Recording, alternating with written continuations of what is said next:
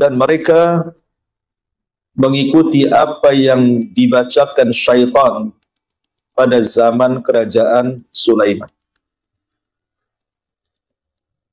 Dan tidaklah Sulaiman kufur, akan tetapi setan-setan itulah yang kafir. Akan tetapi setan-setan itulah yang kafir. Mereka mengajarkan manusia tentang sihir, dan tidaklah diturunkan kepada dua malaikat di Babil, Harut dan Marut. Dan tidaklah keduanya mengajarkan, dan tidaklah salah satu dari keduanya mengajarkan sesungguhnya kami adalah fitnah bagi kalian, maka jangan kufur. Maka mereka pun mempelajari dari keduanya apa yang bisa memisahkan antara suami istri. Dan tidaklah mereka mendatangkan madarat terhadap siapapun kecuali karena izin Allah. Dan mereka sedang mempelajari apa yang memadaratkan mereka dan tidak mendatangkan manfaat bagi mereka, dan sungguh mereka mengetahui barang siapa yang menjual hartanya dengan sihir, di akhirat dia tidak mendapatkan sedikit pun bagian. Dan sungguh buruk apa yang mereka jual belikan terhadap diri mereka, laukanu ya'lamun, kalau seandainya mereka paham dan mengetahui tentang hakikat sihir. Taib. Ayat ini bicara tentang sejarah sihir. Ada dua sebab nuzul kenapa ayat ini turun. Asbab nuzul yang pertama, ketika Nabi SAW berada di Madinah, artinya setelah hijrah, orang-orang Yahudi datang kepada Nabi SAW bertanya tentang hakikat sihir. Apa itu sihir? Maka Nabi SAW tidak menjawab sampai turun ayat ini. Ayat ini menjawab soalan orang-orang Yahudi yang bertanya kepada Rasul, apa itu sihir? Maka turunlah wattaba'u ma tatlu syayatin ala mulki Sulaiman ila akhiril ayat. Kemudian sebab nuzul yang kedua, di kota Madinah itu ada 3 kabilah Yahudi besar. Yang paling besar adalah Bani Qunaiqah, kemudian setelahnya Bani Nadir, kemudian setelahnya Bani Quraidah. Ketika 3 Yahudi ini mendengar bahwa di Mekah muncul seorang Nabi yang diwahyukan kepada Nabi tersebut, kemudian mereka mendengar tentang pandangan Nabi SAW yang ada di Mekah soal kenabian Sulaiman ibn Dawud, maka orang-orang Yahudi marah dan mengatakan bahwa Sulaiman itu bukan Nabi, tapi Sulaiman itu adalah tukang sihir. Kenapa kemudian orang Yahudi menuduh Sulaiman itu tukang sihir? Karena tidak mungkin seseorang mampu menundukkan awan, menundukkan bangsa jin, bisa bicara dengan semut, kemudian juga bisa mengerahkan tentara jin dan menundukkan jin, kecuali orang-orang yang punya sihir. Jadi orang-orang Yahudi menuduh bahwa Sulaiman itu tukang sihir, sementara kita dalam Islam mengatakan Sulaiman itu adalah seorang nabi, putra Daud alaihi salam. Maka untuk kemudian membantah dari perkataan orang-orang Yahudi yang menganggap Sulaiman itu kafir, turun ayat ini. Dan mereka mengikuti apa yang dibacakan setan-setan pada masa kerajaan Sulaiman. Wa ma kafara Sulaiman, Sulaiman tidak kafir. Artinya Sulaiman tidak mengajarkan sihir. Dari sini kita katakan bahwa sihir itu kekafiran.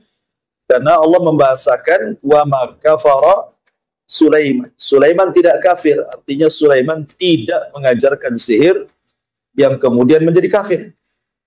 Tetapi setan-setan itulah yang kafir, yang mengajarkan manusia terhadap sihir itu. Ini sebab nuzul yang kedua. Ada juga tambahan dari para ulama bahwa orang-orang Yahudi Madinah itu mereka sangat benci dengan Rasul dan para sahabat. Mereka sangat membencinya, apalagi dengan perkembangan Islam yang begitu pesat di kota Madinah. Jadi ketika mereka bertanya sesuatu, kemudian Nabi SAW menjawabnya dan benar jawabannya. Kemudian orang Yahudi mengatakan siapa yang menurunkan wahyu? Malaikat siapa yang menurunkan wahyu? Kemudian Nabi SAW mengatakan Jibril. Sejak itulah kemudian mereka mencaci maki Jibril, bahkan mencaci maki Mikail, dan menuduh kedua malaikat ini yang mengajarkan sihir. Makanya di sini Allah mengatakan wa ma unzila 'alal malakaini. Ma di sini bukan mausul tetapi nafi. Dan tidaklah diturunkan kepada dua malaikat, maksudnya Jibril dan Mikail, untuk mengajarkan sihir. Ada juga yang berpendapat seperti itu. Intinya bahwa ayat ini menjelaskan tentang sejarah sihir. Baik, kita akan masuk pada tafsir. Di sini Allah mengatakan wattaba'u ma tatlu syayatin ala mulki Sulaiman. Dan mereka mengikuti apa yang dibacakan syaitan pada masa kerajaan Sulaiman. Nabi SAW menceritakan dalam sebuah hadis yang sahih bahwa di zaman Sulaiman atau di zaman sebelum Nabi Allah Sulaiman itu jin-jin itu biasa naik ke langit.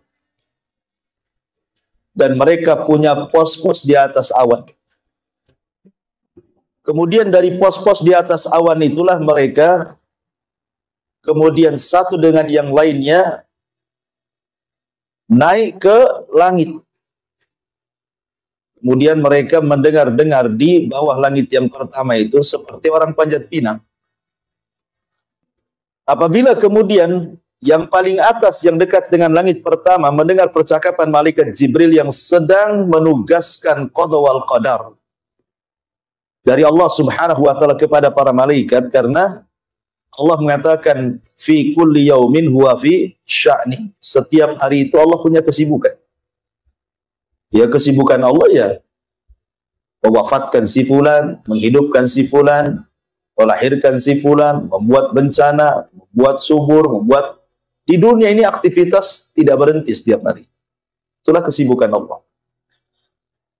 Tetapi tentu Allah Subhanahu wa taala ketika menghendaki sesuatu di bumi itu diutus tentaranya. Lah tentaranya itu para malaikat. Malaikatlah yang menurunkan hujan, menumbuhkan, menghidupkan, mematikan, dan begitu seterusnya atas perintah Allah. Lah yang pertama kali diperintahkan adalah Jibril untuk disampaikan tugas-tugas itu kepada para malaikat di langit pertama.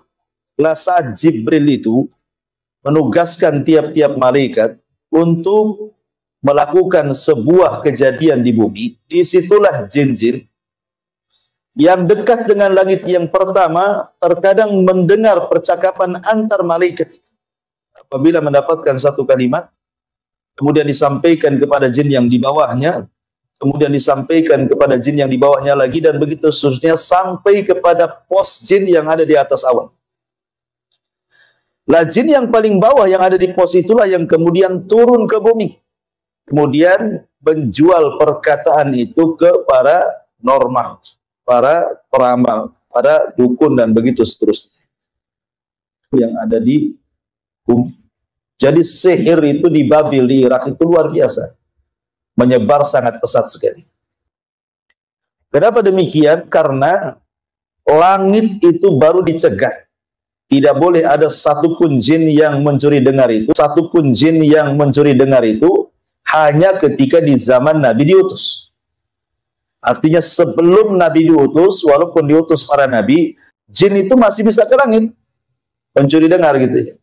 Tetapi setelah Nabi SAW diutus, Allah Subhanahu wa Ta'ala fungsikan bintang untuk melempari setan yang ada di atas awan itu. Terkadang setan itu belum sampai ke atas, kemudian disambar oleh meteor-meteor dan mati. Terkadang sempat mendengar, kemudian tersambar meteor, tapi kalimatnya sudah disampaikan kepada jin yang di bawah. Tetapi di zaman Rasul murni langit itu terjaga. Tidak ada satupun jin yang naik ke langit, karena setiap mereka naik pasti akan mati. Sambar dengan bola-bola api dari meteor itu. Sehingga kemudian iblis merasa ada masalah dengan langit. Sehingga kemudian iblis mengerahkan anak buahnya untuk mencari tahu ada apa, kenapa langit tidak bisa ditembus. Di sini ada cerita namanya jin Nasibi. Ada 7 jin atau 8 jin itu ketika mencari kabar tentang ada apa dengan langit, nyasar pula di kebun kurma. Ketika itu Rasulullah SAW baru pulang dari Taif dan ditolak dakwanya. Diusir dari Taif, kemudian singgah di Wadi Nakhlah, lembah kurma. Lembah pohon kurma. Miliknya Utbah dan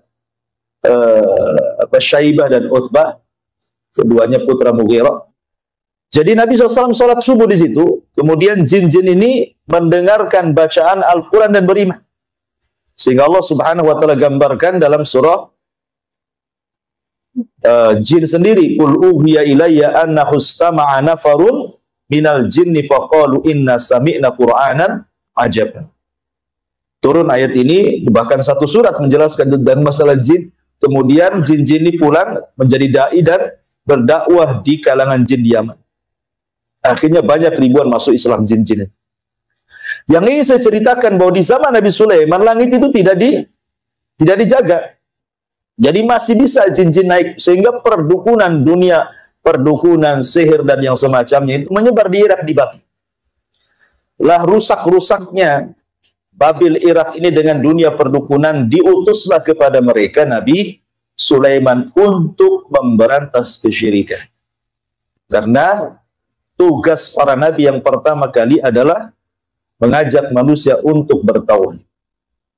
Sebagaimana di zaman Nabi Nuh alaihi salatu wassalam diutus kepada kaum yang menyekutukan Allah, menyembah patung Wad, Yaghus, Ya'uq, Nasar gitu ya, tersebar kesyirikan di zaman Nabi Nuh, diutus kepada mereka. Tetapi di zaman Nabi Sulaiman berbeda pula gitu. Jadi yang tersebar itu justru kesyirikan dalam bab sihir. Jadi banyak dukun-dukun, banyak orang datang ke dukun, percaya tangkal, percaya sihir, semuanya ada di zaman Babil Irak ini. Makanya diutus kepada mereka Nabi Sulaiman untuk memberantas dunia sihir itu. Dalam riwayat Abdullah ibn Abbas radhiyallahu anhuma, ya, bahwa Nabi Allah Sulaiman itu punya sekretaris namanya Asif ibn Barkhiyah. Asif ibn Barkhiyah, tukang catatnya Sulaiman. Lah Nabi Allah Sulaiman mengutus Asif ibn Barkhiyah ini untuk mencari tukang-tukang sihir. Ya, kalau mereka tidak menyerahkan buku-buku sihir mereka bunuh. Kemudian mereka suruh bertobat. Akhirnya kemudian Asif ibn Barkhiyah ini dibekali tentara-tentara yang digerakkan Sulaiman mencari siapapun tukang sihir yang ada di Babil. Sehingga tidak ada satupun tukang sihir yang berani kepada Nabi Allah Sulaiman. Apalagi Nabi Sulaiman diberikan mukjizat yang tidak diberikan kepada para nabi sesudah dan sebelumnya.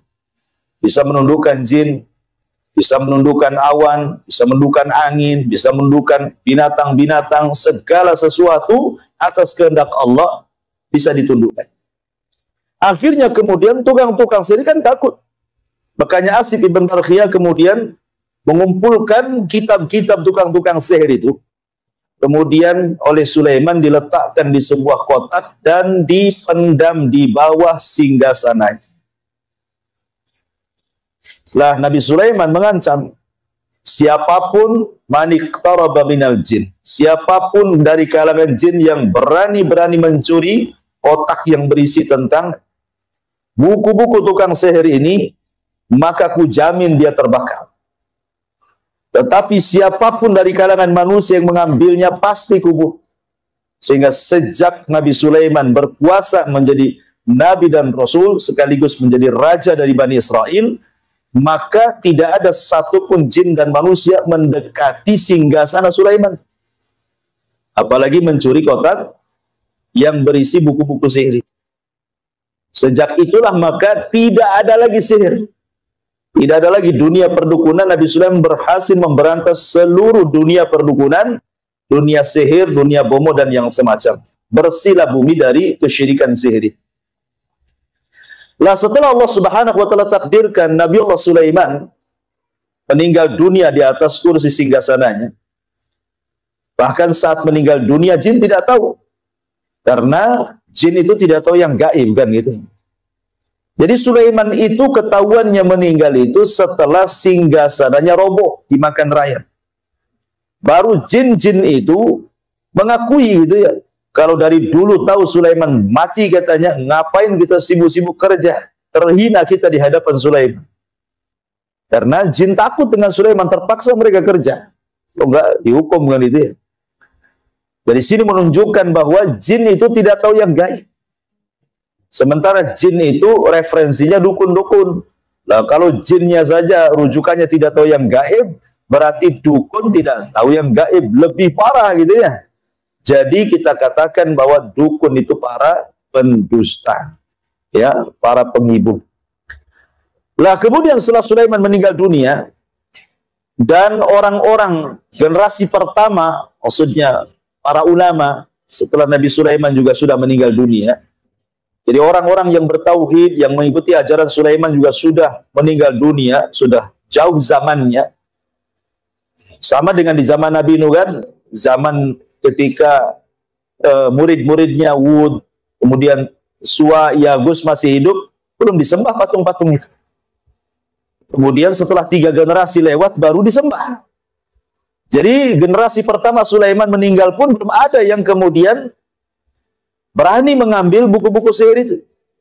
Sampai ketika sudah tidak ada lagi orang muwahhid ahli tauhid, ulama-ulamanya sudah pada meninggal, iblis datang menjelma orang soleh. Ya, iblis datang menjelma orang soleh, datang kepada orang-orang Yahudi, Bani Israel. Kemudian dikatakan, maukah kutunjukkan kepada kalian sebuah pembendaharaan yang tidak akan musnah. Ilmu yang dimiliki Sulaiman. Kalau kalian mau mengambil pembendaharaan itu, maka kalian akan memiliki ilmu seperti Sulaiman. Kemudian iblis mengatakan, sesungguhnya Sulaiman itu bukan nabi, tapi tukang sihir. Orang-orang tidak percaya, ya, karena bagaimanapun Sulaiman itu sangat kuat ajarannya, makanya nggak ada yang percaya mengatakan Sulaiman itu tukang sihir. Tapi yang namanya setan, datang 1 kali gagal, datang 2 kali. Ketika 2 kali datang, datang 3 kali. Modelnya kan begitu ya. Ya. Akhirnya karena terus-teruskan kan begitu. Sebuah kabar itu, kalau pertama kali mungkin orang mengatakan, nah ini hoax. Memang hoax gitu ya. Tapi kalau terus, kadang-kadang hati ini jadi goncang. Jangan-jangan benar. Nah gitu maksudnya ya. Jadi, iblis terus datang mempengaruhi orang-orang yang jauh setelah generasi setelah Nabi Sulaiman alaihi salam. Akhirnya lambat laun mereka yakin bahwa Sulaiman itu tukang sihir. Akhirnya orang-orang jahat di antara mereka kemudian berusaha untuk menggambil pembendaharaan yang di bawah singgasana Sulaiman. Maksudnya kotak yang berisi buku-buku sihir itu. Dan berhasil diambil. Ya, kemudian dipelajari, akhirnya kemudian menyebarlah kesyirikan kembali setelah era meninggalnya Nabi Sulaiman. Jadi sebelum tersebar kesyirikan, datangnya Sulaiman hilang. Setelah wafatnya Sulaiman tersebar lagi. Ya. Lah akhirnya Allah Subhanahu wa taala mengutus malaikat yang namanya Harut dan Marut untuk membedakan antara wahyu dengan sihir. Bahwa yang tersebar di tengah-tengah masyarakat itu adalah syaitan yang mengajarkan. Itu bukan wahyu daripada Sulaiman. Makanya akhirnya Allah turunkan Harut dan Marut untuk datang kepada manusia, memberitahu bahwa sihir itu perbuatan setan. Makanya Harut dan Marut selalu mengatakan fala takfur. Ya, jangan kufur kalian. Jangan kufur. Jadi Allah Subhanahu wa taala mengutus dua malaikat itu bukan mengajarkan sihir, bukan. Ingin menjelaskan hakikat sihir. Sihir itu kekufuran. Maka kalau mempelajari jangan kufur. Itu maksudnya ya. Tetapi kemudian orang-orang Yahudi ada yang tidak mau mempelajari, ya ngikuti nasihatnya Harut dan Marut. Ada juga yang terus-menerus mempelajari, akhirnya jadi jahat. Sejak itulah tersebar ilmu sihir di kalangan orang Yahudi sampai di zaman Nabi. Ketika Nabi SAW memuji Sulaiman, bahwa dia seorang Nabi dan Rasul, orang-orang Yahudi Madinah tidak terima. Dan mengatakan Sulaiman itu tukang sihir, katanya. Dia bukan Nabi. Ya, dan begitulah sampai hari ini menganggap Sulaiman itu tukang sihir. Itulah keyakinan orang-orang Yahudi. Baik, kita baca Allah Subhanahu wa taala berfirman, "Wattaba'u ma tatlus syayatin ala mulki Sulaiman." Dan mereka mengikuti apa yang dibacakan setan-setan di zaman kerajaan Sulaiman. Wa ma kafara Sulaiman, Sulaiman tidak kafir. Jadi tuduhan orang-orang Yahudi kepada Sulaiman mengajarkan sihir itu tidak benar. Karena Allah Subhanahu wa taala bantah Sulaiman tidak kafir, artinya Sulaiman tidak mengajarkan sihir. Dari sini menunjukkan bahwa sihir itu kekafiran. Sihir itu kekafiran. Bagaimana tidak kafir? Penyihir itu kadang-kadang menginjak mushaf. Terkadang 40 hari tidak wudhu. Ya, terkadang tidak sholat. Terkadang mereka mengolok-olok Allah, mengolok-olok Rasul, mengolok-olok ayat-ayat Al-Quran. Terkadang mereka menyembelih kepada selain Allah. Ya kan? Terkadang mereka kemudian menghina ayat-ayat suci Al-Quran. Ya, makanya dunia sihir itu dunia kekafiran. Sini Allah mengatakan, wa ma kafara Sulaiman, Sulaiman tidak kafir karena tidak mengajarkan sihir, karena sihir itu tuh kekafiran, dan memang begitu praktek sihir itu semua isinya kekafiran. Kemudian Allah katakan, lalu siapa yang mengajarkan sihir itu kalau bukan Sulaiman? Walakinna syayatina kafaru. Allah menyingkap siapa pelaku yang mengajarkan sihir itu. Tetapi setan-setan itulah yang kafir. Maksudnya setan-setan itulah yang mengajarkan kekafiran. Apa kekafirannya? Yu'allimunan nasa sihra. Kekafirannya adalah karena mereka mengajarkan manusia soal sihir. Ya, lagi dari sini bahwa sihir itu adalah kekafiran dan perbuatan setan. Makanya dalam ayat yang lain Allah mengatakan, alam tara ilal ladzina utul kitab, alam tara ilal ladzina utu nasiban minal kitab, yu'minuna bil jibti wat taghut. Allah mengatakan, alam tara ilal ladzina utu nasiban. Tidakkah engkau melihat orang-orang yang diberikan bagian daripada kitab, maksudnya orang-orang Yahudi, yu'minuna bil jibti wat taghut. Yang awalnya mereka beriman dengan Taurat, yakin dengan Taurat, mengamalkan Taurat, tiba-tiba berpaling dan mereka beriman kepada al-jibti dan taghut. Apa jibti? Kata Jabir, jibti itu artinya al-kahana. Dunia perdukunan. Ada yang mengatakan saharah, dunia sihir. Adapun taghut itu syaitan, ya setan-setan. Jadi orang-orang Yahudi dulu itu awalnya berpegang kepada tauhid. Mereka masih mengikuti Taurat. Mereka masih mengikuti ajaran-ajaran Taurat. Tetapi setelah kemudian di zaman Sulaiman meninggal dunia, kemudian setan datang membujuk orang-orang Yahudi untuk mempelajari sihir, akhirnya mereka tidak yakin dengan Taurat dan beriman dengan dunia perdukunan dan sihir. Makanya Allah turunkan ayat, alam tara ilal ladzina utu nasiban minal kitab yu'minuna bil jibti wa taghut. Ya, mereka beriman dengan al-jibti Dunia sihir, dunia dukun, dan juga togut bekerja sama dengan syaitan. Ya, karena setan inilah yang mengajarkan manusia sihir. Walakinna syayatina kafaru yu'allimuna nasa sihra. Tetapi setanlah yang kufur mengajarkan manusia. Wama, ada sebagian ulama mengatakan ma di sini ma mausul. Kalau ma mausul artinya adalah apa-apa dan apa-apa gitu ya. Umzila yang diturunkan kepada dua malaikat. Tetapi yang rajih wallahu alam ma di sini bukan mausul tetapi nafi, artinya tidak. Ma di sini artinya tidak. Wama dan tidaklah gitu artinya. Bukan dan apa-apa ya. Wama dan tidaklah unzila alal malakai ini diturunkan kepada dua malaikat untuk mengajarkan sihir, mengajarkan kekufuran, tidak. Malaikat itu tidak diturunkan untuk mengajarkan kekufuran, untuk mengajarkan sihir, untuk mengajarkan kesyirikan, tidak. Bahkan mereka yang kemudian mengatakan kepada manusia jangan kufur. Ya, jangan kemudian mempelajari sihir. Mereka lah yang menyingkap hakikat sihir itu. Di Babil Harut wa Marut. Di Babil Harut dan Marut. Terjadi silang pendapat siapa Harut dan Marut. Ada tiga pendapat. Ada yang mengatakan Harut dan Marut itu adalah manusia. Saking solehnya, makanya disebut malakai ini dua malaikat. Jadi iblis itu datang kepada Harut dan Marut, merayu agar Harut dan Marut mengambil kotak di bawah singgasana Sulaiman. Kemudian Harut dan Marut pun mengikuti kemauan iblis, diambilnya kotak di bawah singgasana Sulaiman karena kata iblis itu adalah ilmu yang dimiliki Sulaiman. Akhirnya dipelajari oleh Harut dan Marut setelah tahu. Kemudian setiap ada orang yang belajar kepada Harut dan Marut mengatakan, jangan, ini sihir, kalian bisa kufur. Nah, itu ya. Tetapi ada juga yang maksa kemudian belajar kepada Harut dan Marut tentang sihir. Ini satu pendapat bahwa Harut dan Marut itu adalah manusia. Alasan mereka kalau dikatakan malaikat, mustahil malaikat mengajarkan sihir. Kemudian yang kedua, Harut dan Marut itu artinya jin. Ya, jin-jin itulah yang disebut dengan Harut dan Marut. Jin-jin yang jahat, yang hendak menyesatkan manusia dengan mengajarkan kepada manusia tentang sihir. Kemudian pendapat yang ketiga, Harut dan Marut itu malaikat.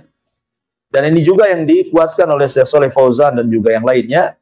Lalu kenapa Allah Subhanahu wa taala turunkan malaikat untuk mengajarkan sihir? Bukan mengajarkan sihir, tidak. Karena malaikat ini mengatakan kepada orang-orang yang hendak belajar itu, jangan kalian kufur. Jadi diturunkan dua malaikat itu untuk ibtilah, untuk ujian kepada manusia. Jadi sengaja diturunkan Harut dan Marut itu. Jadi manusia diuji keimanan mereka. Ya, mereka mau bertahan dengan ajaran Taurat, ataukah mereka mau berpaling dari Taurat menjadi ajaran kesyirikan dengan mempelajari sihir kepada Harut dan Marut. Jadi Harut dan Marut diturunkan itu hanya untuk ujian. Bukan untuk mengajarkan sihir, tidak. Hanya untuk ujian manusia gitu ya. Apakah mereka tetap di atas tauhid ataukah mereka bergoyang tauhidnya? Karena manusia itu kan harus diuji keimanannya. Ya, untuk mengetahui ini keimanannya kokoh, ini enggak kokoh, ini sabar, ini benar, kan diuji. Macam mana cara ujinya kan gitu? Diuji ya dengan dikirimnya Harut dan Marut di sini. Rupanya banyak yang goyang iman. Ada yang tetap mereka tidak mau belajar sihir karena tahu sihir itu kesyirikan, tapi ada juga yang goyang akidah mereka. Ya, jadi turunnya malaikat sekali lagi lil ibtilah, untuk ujian saja. Bukan untuk mengajarkan sihir. Bukan itu maksudnya, karena Harut dan Marut pun kalau dikatakan malaikat tetap dia mengatakan fala takfur, jangan kufur. Jadi menunjukkan bahwa malaikat diturunkan oleh Allah itu hanya untuk menguji manusia, keimanan mereka sampai di mana. Ya, memegang Taurat mereka sampai di mana sehingga diturunkan Harut dan Marut. Kemudian Allah mengatakan, fayata'allamuna minhuma ma yufarriquna bihi bainal mar'i wa zawji. Dan mereka mempelajari dari keduanya, Harut dan Marut, ma yufarriquna, apa yang bisa memisahkan bihi dengan sihir tersebut, bainal mar'i wa zawji, antara seseorang dan pasangan. Dari sini menunjukkan bahwa sihir itu kebanyakan adalah ditujukan kepada keluarga. Dari sini juga sihir yang ditujukan kepada sebuah keluarga itu terbagi menjadi dua. Ada namanya sihrut tafriq, ya, sihir untuk memisahkan suami istri gitu. Ada namanya sihrul mahabbah, sihir untuk kesukaan seorang suami kepada istri atau sebaliknya. Bahasa kitanya pelet gitu ya. Jadi ada yang sifatnya memisahkan, ada yang sifatnya menggabungkan. Ada sihir tafriq, memisahkan, ada sihir mahabbah, ilmu pelet gitu ya. Dan itu kebanyakan seperti itu. Dan kalau kita cerita tentang dua ilmu ini, sebenarnya dua ilmu ini tergabung padanya dua sihir. Pertama sihru takhyil, yang kedua sihru al-hakiki. Ya, sihir hayal dan juga sihir hakikat. Ya, karena sihir itu kan ada dua, ada yang sifatnya hayalan, ada yang sifatnya hakikat sihir itu.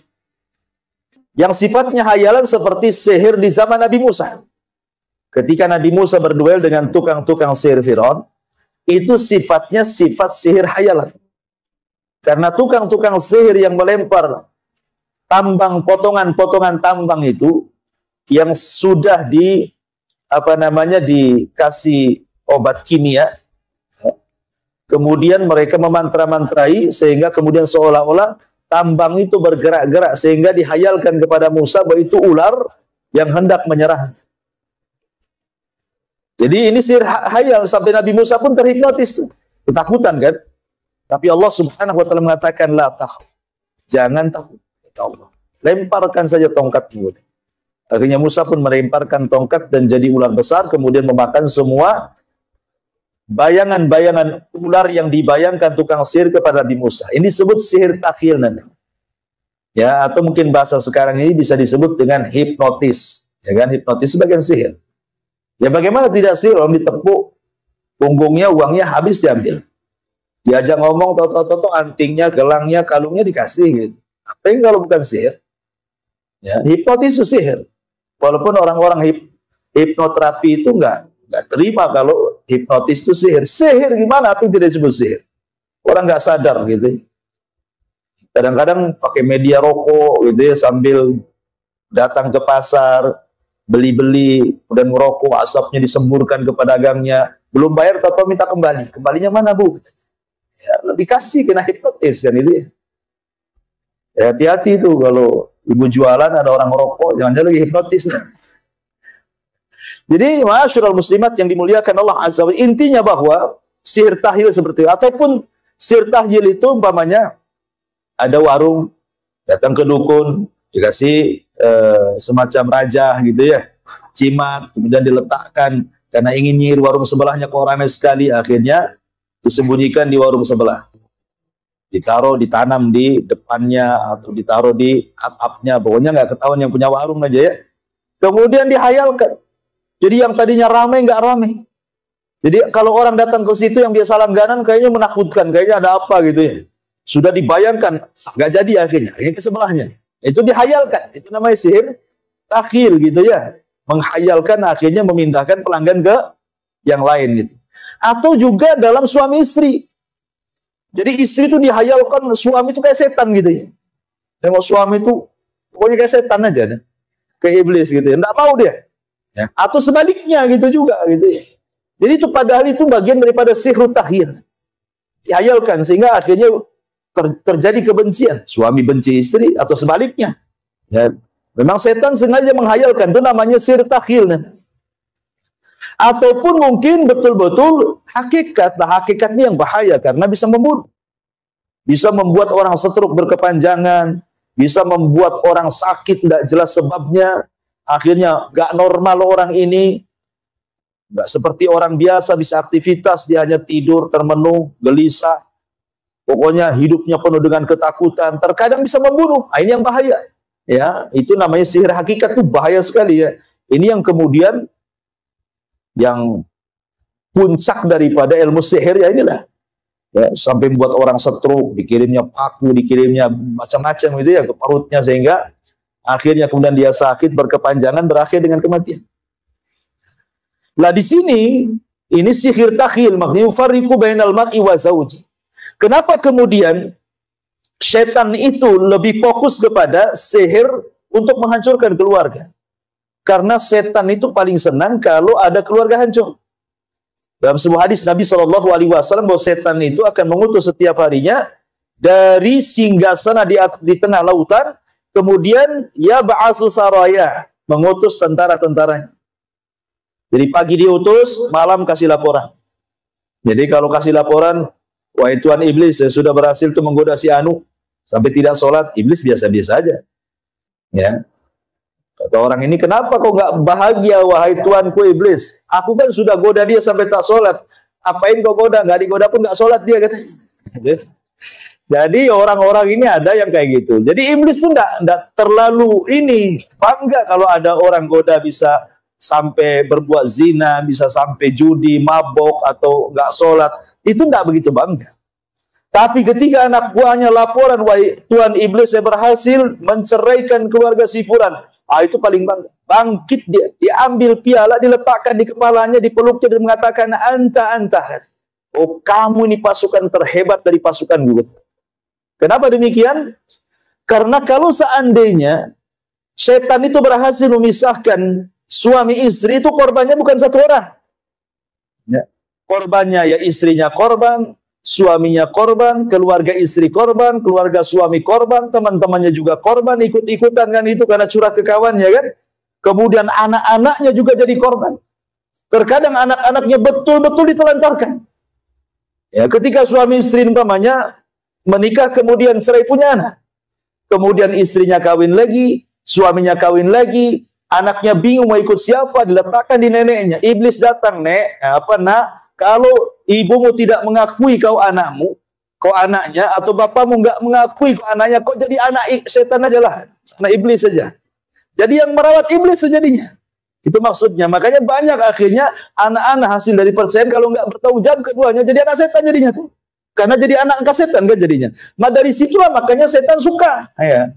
Kalau ada yang bercerai itu paling suka. Makanya kemudian difokuskan di sini, setan itu mengajarkan ma yufarriquna bihi bainal mar'i wa zawji. Ya, mereka mengajarkan apa yang bisa memisahkan antara suami istri. Kemudian Allah Subhanahu wa taala menjelaskan hakikat sihir. Ya. Wa ma hum bidharina bihi min ahadin illa biidznillah. Ingat bahwa hakikat sihir itu tidak akan memadaratkan siapapun. Karena sihir juga terjadi karena izin Allah. Satu dunia, Bu, ngomong sama ibu, saya sihir ibu, saya santet ibu, ya. Kalau tidak ditulis lauhil mahfud, ibu terkena santet, nggak akan bakalan dukun sukses. Sesakti apapun nyantet kita, tidak akan kena. Tapi kalau memang sudah ditulis, gitu ya, kita terkena santet, walaupun yang nyantet dukun abal-abal, pasti kena tuh. Karena sudah ditulis lauhil mahfud. Makanya Rasul mengatakan, kalau seandainya jin dan manusianya berkumpul, ala an yadhurruka, untuk memberikan madarat kepadamu, kata Rasul. La yadhurruka illa maqad katabahullahu lah. Maka tidak akan sampai madarat kepadamu, kecuali sudah dicatat Allah. Ya. Jadi nggak perlu takut, nggak perlu khawatir. Bahwa orang itu, kalau ada yang ngancam, tetangga ngancam, macam-macam sihir saja. Ya, tinggal tawakal Allah, la haula wala quwata illa billah. Kalau bukan karena izin Allah tidak mungkin terjadi. Tapi jangan sombong pula. Hasillah kalau kau mampu. Nanti sombong pula masuk jin ya kena sihir, betul lah kan gitu. Maksudnya di sini bahwa kita harus yakin bahwa sihir tidak mungkin terjadi kecuali karena izin. Sekali lagi karena izin. Ya, orang yang beriman tidak takut sihir. Karena tidak mungkin terjadi kecuali karena izin Allah Subhanahu wa taala. Kemudian juga Allah menjelaskan hakikat sihir itu, wa yata'allamuna ma yadurruhum wa la yanfa'uhum. Bahwa sihir itu lebih banyak madarat dibandingkan manfaat. Jadi mempelajari sihir itu sama dengan mempelajari yang banyak mendatangkan madarat bagi dia dan orang yang datang ke dia dan orang yang disihir oleh dia, wa la yanfa'uhum, dan juga tidak mendatangkan manfaat sama sekali. Karena sihir itu kesyirikan. Ya, tidak ada manfaat mempelajari itu. Justru terkadang memadaratkan bagi dia, keluarganya. Betapa banyak dukun-dukun itu kemudian menumbalkan keluarganya. Ya, anaknya jadi mati gitu ya. Kemudian istrinya juga jadi mati atau sebaliknya. Jadi intinya bahwa ilmu sihir itu tidak ada manfaatnya sama sekali, yang ada banyak madaratnya. Kemudian Allah menjelaskan tentang akibat, ya. Walaqad alimu laman ishtarahu ma lahu fil akhirati min khalaq. Dan sungguh mereka mengetahui barang siapa yang menjual hartanya demi mempelajari sihir, mempelajari kesyirikan, ya, malahu, tidaklah bagi dia fil akhirati, di akhirat, min khalaq, dari bagian, tidak ada dapat bagian. Orang yang memperjualbelikan akidah mereka dengan sihir, karena jin-jin itu ketika datang kepada manusia kemudian menawarkan dunia sihir, dunia perdukunan, jin itu tidak mungkin free, gratis kan, itu mengajarkan sihir itu atau menolong tentang sihir itu, kecuali setelah terjadi kekufuran dulu. Mungkin disuruh nginjak mushaf, ngencingi mushaf, berakin mushaf, itu yang menghinakan mushaf, atau menulis mushaf dengan darah haid, dengan benda-benda najis, atau suruh mencaci maki Allah, nabinya, pasti suruh kufur dulu tuh. Ya, lah orang yang seperti ini ya jelas nggak akan dapat bagian di akhirat. Karena Al-Quran dihinakan, Allah dihinakan, Rasul dihinakan. Walaqad alimu laman ishtara, maka mereka mengetahui sungguh orang yang memperjualbelikan akidah mereka dengan sihir, malahu, bagi dia, tidaklah bagi dia fil akhirat, tidak akhirat, min khalaq, akan dapat bagian sedikit pun dari jannah, dari sorga. Wala bi'sa ma syarau bihi, amat buruk apa yang mereka jual belikan, anfusam, terhadap diri mereka, akidah dengan sihir gitu ya, tauhid dengan syirik. Laukanu ya'lamun, kalau mereka tahu akibat daripada sihir itu sendiri. Baik, masyarul muslimat yang dimuliakan Allah Azza wa Jalla, dari ayat ini kita tahu bahwa sejarah sihir itu tersebar di zaman memang sebelum zaman Nabi Sulaiman, tepatnya di sebuah negeri di Babilonia, di mana? Di Irak. Ada yang mengatakan bahwa yang pertama mempelajari sihir itu adalah Namrud. Ya, dalam kisah Israiliyat, tapi ya tidak ada dalam Quran Sunnah, tidak ada. Kalau Quran Sunnah yang menjelaskan tentang masalah ini saja, Harut dan Marut, dan kita tetap mengacu kepada Quran. Tapi ada juga sebagai wawasan bahwa dari keterangan Taurat ataupun keterangan kisah Israiliyat itu bahwa yang pertama kali mempelajari sihir adalah Namrud. Jadi Namrud itu ketika sedang mandi bersama dayang-dayangnya, datang iblis dalam bentuk pak tua yang bungkuk membawa tongkat. Kemudian mengatakan, ya Namrud, ya maukah kau menjadi penguasa dunia? Ya, lebih hebat dibandingkan bapak. Dan Namrud, ya Namrud waktu itu belum yakin gitu. Lalu apa syaratnya? Syaratnya kau bunuh bapakku. Nanti setelah itu ku ajarkan ilmu yang tidak pernah diajarkan kepada manusia untuk melanggengkan kekuasaan. Akhirnya kemudian Namrud marah sama kakek ini, sangka guyonan, akhirnya mau dibunuh, ya dibunuh kakek ini. Habis itu dibunuh semua dayang-dayang perempuan-perempuan di ruangan itu. Kemudian dengan marahnya dia masuk ke ruangan, rupanya ada kakek itu lagi hidup lagi. Ya, kemudian dia mengatakan, kau tidak bisa membunuh. Dari situ Namrud yakin, wah ini bukan janji-janji hoak gitu ya. Akhirnya kemudian dibunuh bapaknya sama Namrud. Kemudian dibunuh bapaknya, dia datang ke sebuah tempat yang dijanjikan oleh iblis itu, diajarkan sihir. Nah, disitulah maka kenapa kekuasaan Namrud langgeng, karena dia adalah penyihir. Makanya dia ngaku Tuhan. Ya, dengan dibantu oleh syaitan, dan dia bisa sihir, kemudian dia ngaku Tuhan. Nah, diutus kepada Namrud Nabi Ibrahim. Makanya Ibrahim juga diberikan mukjizat yang jauh lebih hebat dibandingkan sihirnya Namrud. Dibakar enggak apa-apa kan itu. Sampai Namrud kecewa sama iblisnya. Loh, kenapa ada orang lebih sakti dari saya, katanya. Ya. Maka kemudian iblis merayu-rayu Namrud, itu sihir aja, itu sihir biasa itu tingkat anak-anak itu, katanya. Enggak usah ciut kamu kan. Jadi intinya ini kisah Israiliyat, enggak benar ya. Cuman memang tersebar kalau ibu baca di Google Map gitu ya. Biasanya kan kalau klik itu kan Mukidi itu siapa tuh yang di Google tuh kan ngasih tahu nanti kan di Google, karena segala sesuatu ada di Google itu. Klik apa saja keluar semuanya. Terkadang yang benar ya ada, yang nggak benar ada, yang hoax ada, yang macam-macam. Makanya harus dikasih tahu bahwa kalau ada kisah awal yang pertama kali mempelajari sihir Namrud kemudian dikisahkan tentang Israiliyat, ini nggak benar gitu ya. Ini hanya versi Israiliyat. Tapi besi Quran kembali kepada kisah Harut dan Marut. Ini yang lebih selamat, wallahu a'lam. Mungkin satu ayat dulu kita buat yang jawab saja, silakan.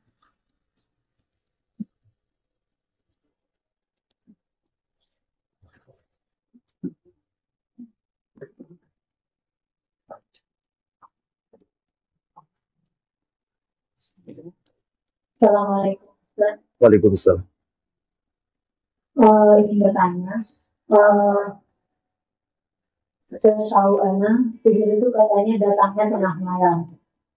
Nah, bagaimana cara kita untuk berlindung dari sihir yang datangnya di tengah malam? Ya, alhamdulillah. Iya, kebanyakan. Dan berarti siang tak ada, cuman kebanyakan beraksinya syaitan itu malam. Karena memang kekuatan sihir di malam hari itu menguat. Makanya Nabi Musa ketika ditantang duel oleh tukang-tukang sihir memberikan syarat. Syaratnya apa? Kalau kau mau duel denganku, duellah di waktu duha. Jadi Musa berduel di waktu duha karena tahu bahwa malam itu menguat kekuatan syaitan. Makanya Musa meminta untuk duel di waktu duha. Ya. Ketika kerajaan mengadakan pesta, kayak mungkin bahasa kitanya Agustusan gitu ya, itu kan dari mana-mana datang menyaksikan duelnya Musa dengan tukang-tukang sihir gitu. Jadi memang lebih ke malam hari. Makanya kenapa ada surah Muawwidzatain itu menjelaskan tentang kita berlindung dari ghasik. Ghasik itu malam hari. Idza waqab, apabila sudah gelap gulita. Nah, kenapa? Karena kekuatan sihir datang. Kita berlindung dari ghasik, dari gelap gulita malam, karena setan itu menguat di malam hari. Makanya maksiat lebih banyak dilakukan di malam hari dibandingkan di siang hari. Maksiat apa saja, ya, lebih banyak dilakukan di malam hari dibandingkan di siang hari. Termasuk juga sihir yang dikirim itu juga di malam hari. Makanya Nabi SAW kemudian menganjurkan kita sebelum tidur untuk berwudu. Ya, sebelum tidur untuk membaca 3 qul. Dan juga ditambah dengan qul ya ayyuhal kafirun juga ya. Qul huwallahu ahad, qul a'udzu birabbil falaq, qul a'udzu birabbin nas, dan qul ya ayyuhal kafirun.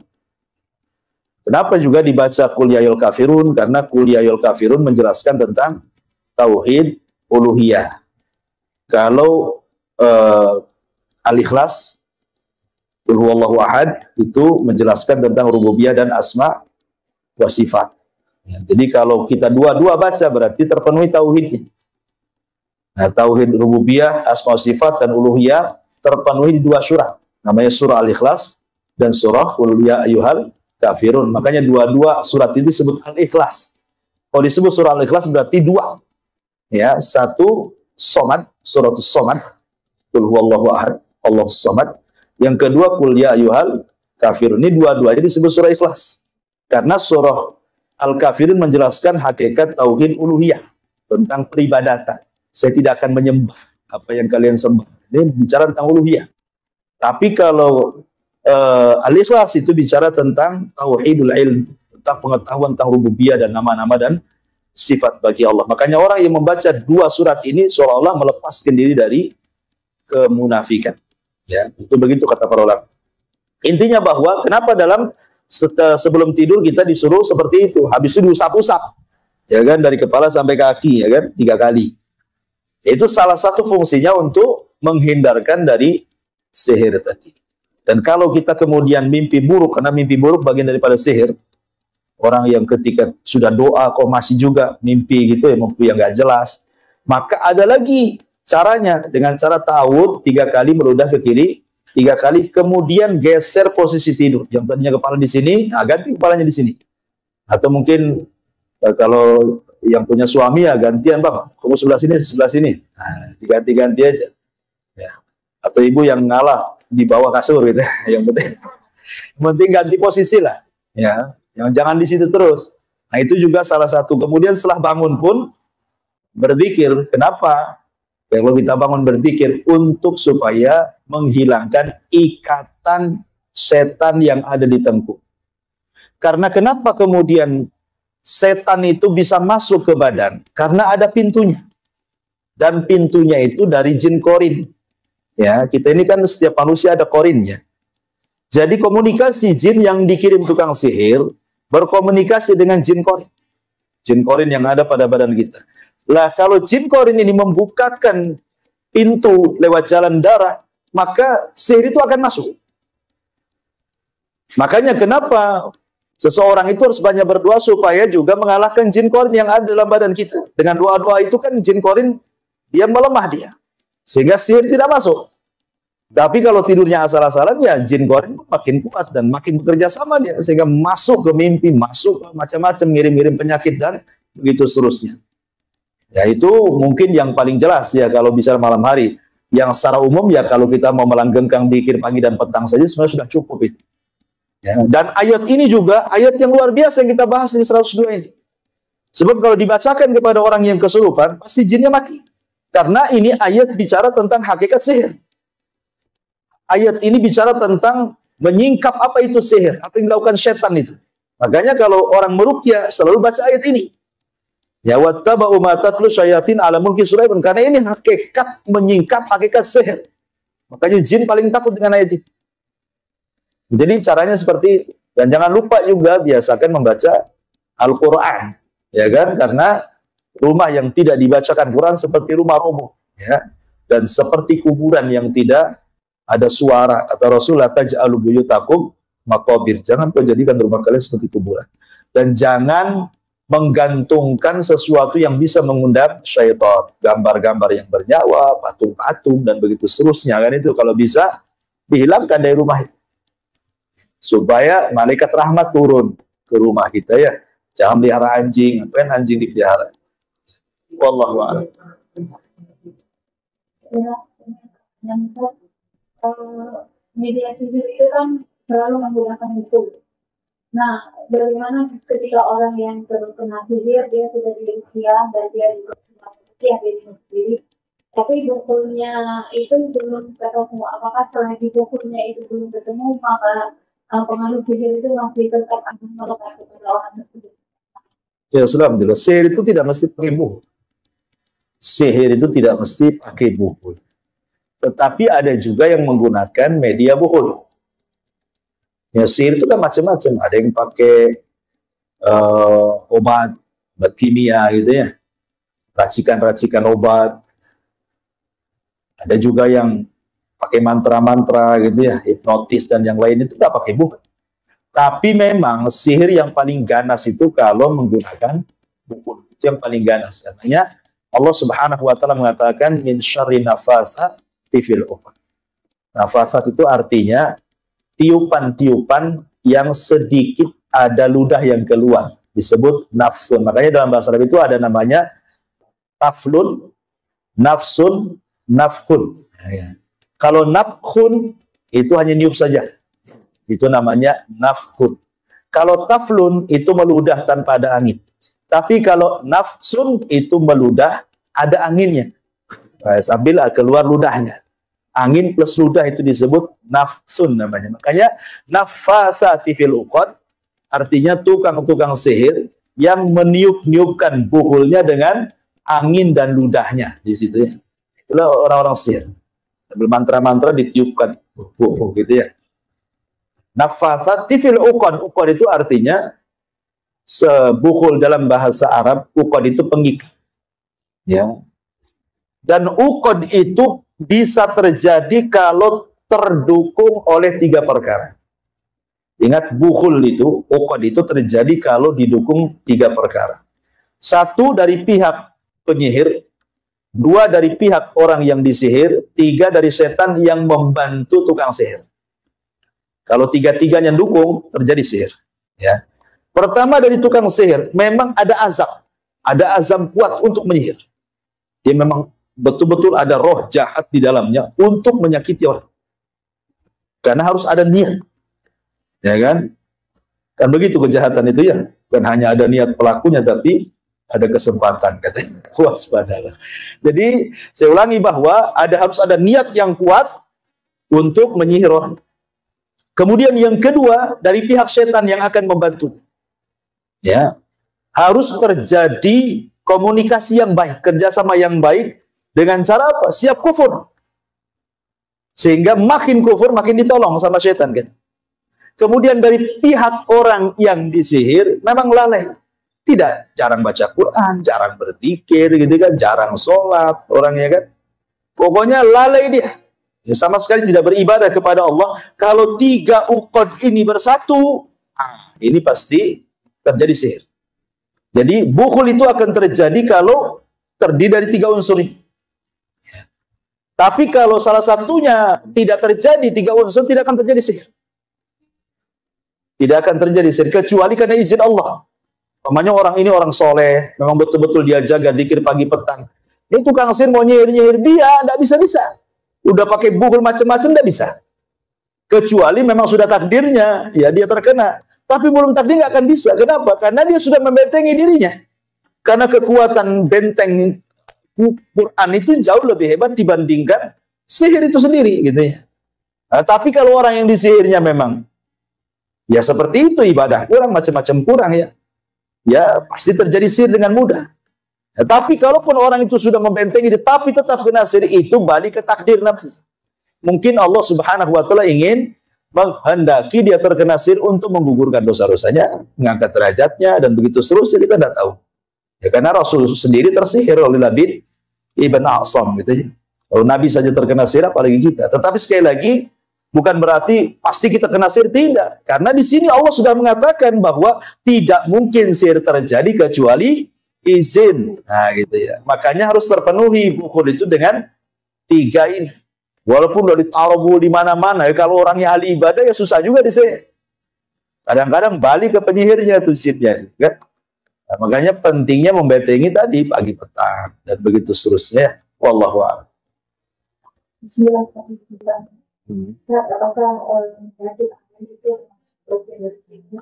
Terus bagaimana kita mengatakan pada keluarga kita atau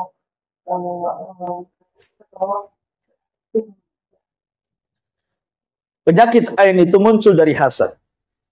Ingat, penyakit ain itu muncul dari penyakit hasad. Makanya kenapa Allah Subhanahu wa taala mengkhususkan berlindung dari orang hasad apabila sedang hasad. Wa min syarri hasidin idza hasad. Karena penyakit ain tidak terjadi kecuali dari orang hasad. Kalau orang nggak hasad nggak punya penyakit ain. Ya, penyakit ain itu tidak lepas daripada hasad. Makanya Quran tidak menyebutkan ain tetapi menyebutkan hasad. Karena hasad itu suka yataraqqab, suka ngawas-ngawasi kenikmatan orang dengan matanya. Ya kan, makanya disebut penyakit ain. Sebenarnya kalau cerita hasad, semua orang itu punya hasad. Saya, ibu, siapapun pasti punya hasad dalam hati. Ya, tetapi tidak memadaratkan hasad itu. Yang memadaratkan itu hasad kalau ibu mainkan. Ya, kalau enak kali hidup itu kan hasad. Ya. Apa yang saya seperti dia? Itu hasad. Nah, cuman kan kalau hanya perasaan-perasaan gitu saja nggak memadaratkan hasad. Tapi kalau sudah kemudian dimainkan, mulai dia beraksi. Gimana caranya nih bangkrut dia? Gimana caranya pelanggannya pindah ke saya? Dari mana dapat duit itu? Yang punya tuyul, macam-macam. Mulai itu, kalau sudah dimainkan dengan suudzon, kemudian ada gerakan gitu ya. Nah, itu yang bahaya tuh. Sebab ketika dia hasad, setan masuk. Kemudian bersarang di matanya, jadilah penyakit ain. Makanya kenapa kemudian disarankan oleh para ulama, kalau mendapatkan nikmat dari Allah, apapun nikmatnya, ibu dapat suami soleh, ibu dapat anak soleh-soleha, ibu dapat kendaraan mobil bagus, ibu baru beli rumah, ibu baru beli kebun, apa saja kan nikmat itu. Ingat, ketika dapat nikmat, disinilah letak melawan hasad dengan lawan. Kalau melawan hasad itu, cari lawan yang seimbang.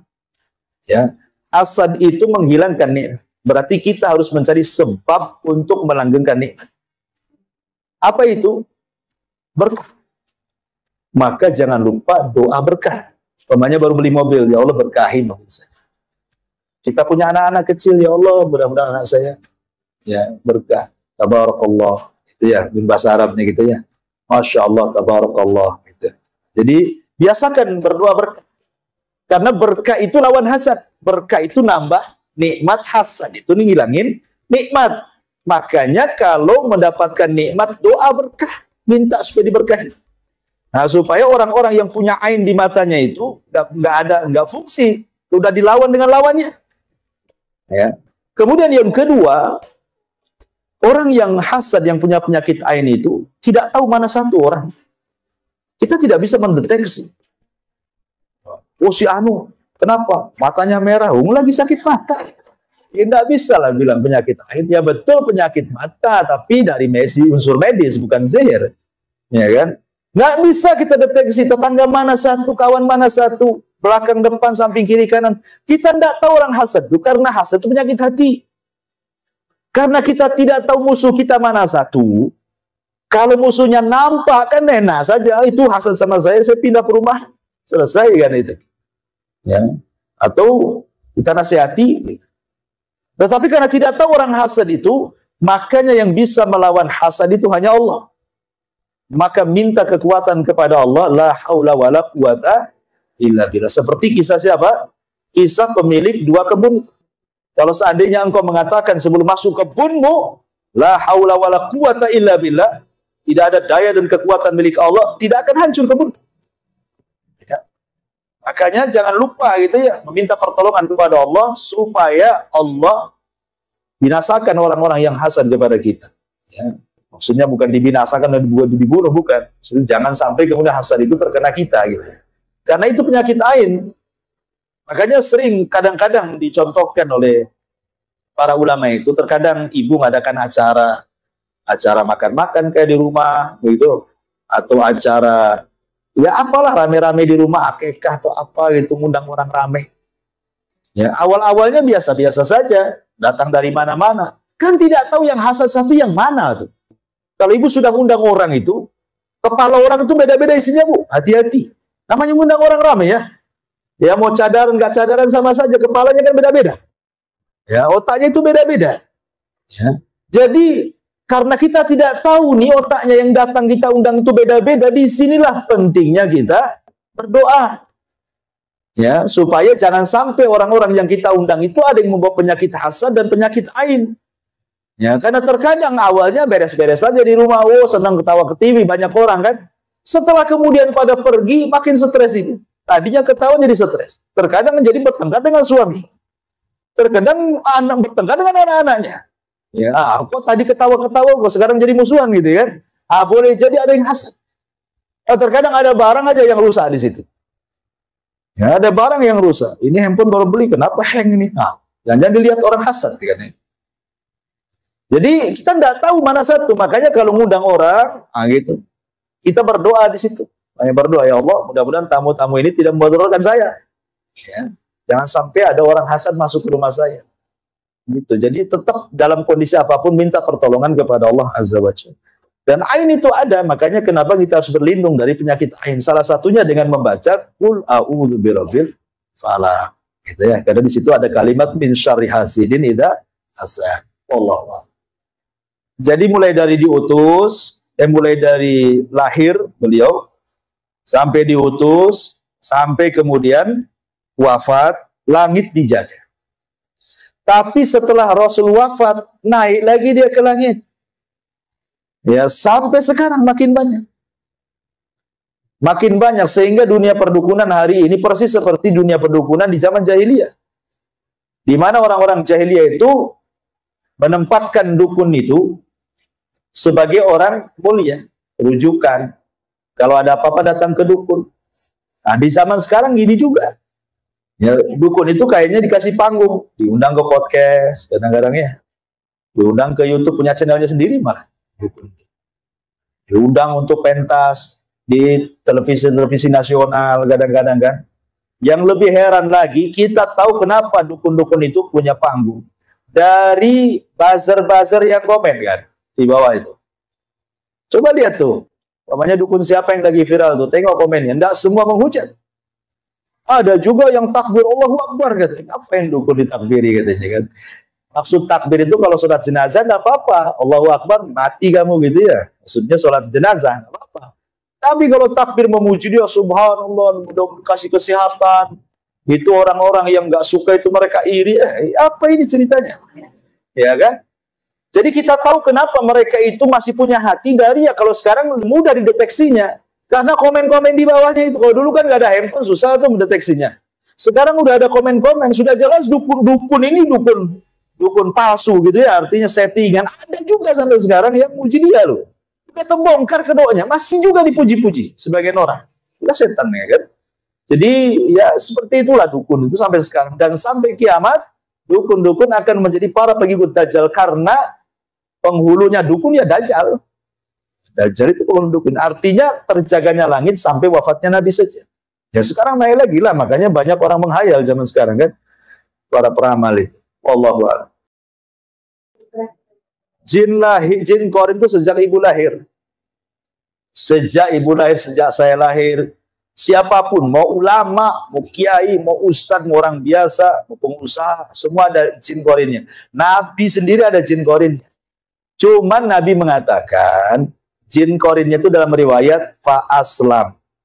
Adapun jin korin diriku, fa'aslam. Ada dua penafsiran para ulama hadis. Apa maksudnya fa'aslam di sini? Ada yang mengatakan jin korinnya Nabi masuk Islam. Ya, aslam di sini artinya masuk Islam. Jadi satu-satunya jin korin yang masuk Islam adalah jin Nabi Muhammad SAW. Ada yang mengatakan tidak masuk Islam. Aslam di sini artinya tunduk. Ya, artinya jin korin Rasul itu satu-satunya jin korin yang tunduk kepada Nabi. Dia tetap kafir, tapi dia tunduk tidak memadaratkan kepada Nabi. Tapi semua jin selain jin korin Nabi itu mereka menghembus-hembuskan. Makanya sudah saya katakan, dalam badan kita ini ada 4 unsur, yang 2 pengaruh negatif, yang 2 pengaruh positif kan itu ya. Pengaruh negatif itu dari 2. Pertama dari hawa nafsu, yang kemudian dihembus-hembuskan sama jin korin. Itu 2 unsur negatif. Ya, jin menghembus-hembuskan hawa nafsu, suruh ammaratun bisu, berbuat jahat. Kalau unsur positif itu dari akal dan korin dari kalangan malaikat. Kan korin 2, ada jin dan malaikat. Dan manusia juga ada 2, ada hawa nafsu, ada akal. Ya, jadi kalau akal dan malaikat mengalahkan hawa nafsu dan jin korin, maka kita akan stabil hidupnya. Tapi kalau terbalik ya kan, maka kita akan jahat sejahat-jahat. Ya, itu korin. Dan itu sejak kapan jin korin ini kemudian berpisah? Ya sampai kita meninggal baru pisah. Lah, jin korin ini setelah pisah dari orang yang dikorininya, tugasnya apa? Ya kembali kepada tugas dia, jin. Makanya terkadang ada orang yang sudah meninggal kemudian diisukan ke orang itu hidup lagi. Kamu tahu di mana? Iya, dia duduk di itu jembatan Ancol itu katanya. Ya kan? Nah, itu yang duduk di jembatan Ancol itu bukan yang mati. Yang mati itu ya tidak mungkin hidup lagi. Jin korinnya, karena yang bisa menyerupai orang yang mati bentuk rupa itu jin korin, karena dia kan hari-hari sama kita. Jadi dia tahu bentuk kita seperti apa, dia tersakul seperti kita lebih mudah dibandingkan jin yang lain, gitu kan? Ya, karena tapi ingat jin tasyakul jin itu bukan berarti kemudian unsurnya hilang kemudian berubah bentuk, tidak, bukan begitu. Jin itu tidak bisa merubah bentuk dirinya sendiri. Dia harus datang ke dukun dari kalangan jin. Jadi dukun dari kalangan jin itulah yang memantra-mantrai jin ini supaya tasyakul, sehingga manusia melihatnya seolah-olah dia dalam bentuk manusia, dalam bentuk anjing, dalam bentuk. Kalau jin sendiri tidak bisa merubah dalam bentuk ciptaan Allah, tidak bisa. Ya, jadi yang bisa, kenapa jin tasyakul itu bukan dia beralih bentuk dengan sesuka, dia tidak bisa. Dia harus datang ke dukun jin juga. Tolong Pak dukun jin, bentuk saya seperti ini gitu maksudnya. Ya, karena tidak mungkin merubah ciptaan Allah itu tidak mungkin. Siapa yang bisa merubah ciptaan Allah? Ya, jin tidak punya kekuatan untuk merubah ciptaan Allah. Hanya dukun jin itulah yang seolah-olah kemudian menyihir dengan sihir takhil, hayalan, seolah-olah jin ini beralih rupa. Terkadang jin ini diwarna-warnai. Ya, dikasih warna-warna, warna-warni jin ini. Untuk nakut-nakuti orang dikasih warna-warna, dikasih apa ya? Wah, kan ada pewarna ya, ibu kan tahu pewarna bubu itu kan mungkin ya. Kasih warna coklat, kasih warna. Jadi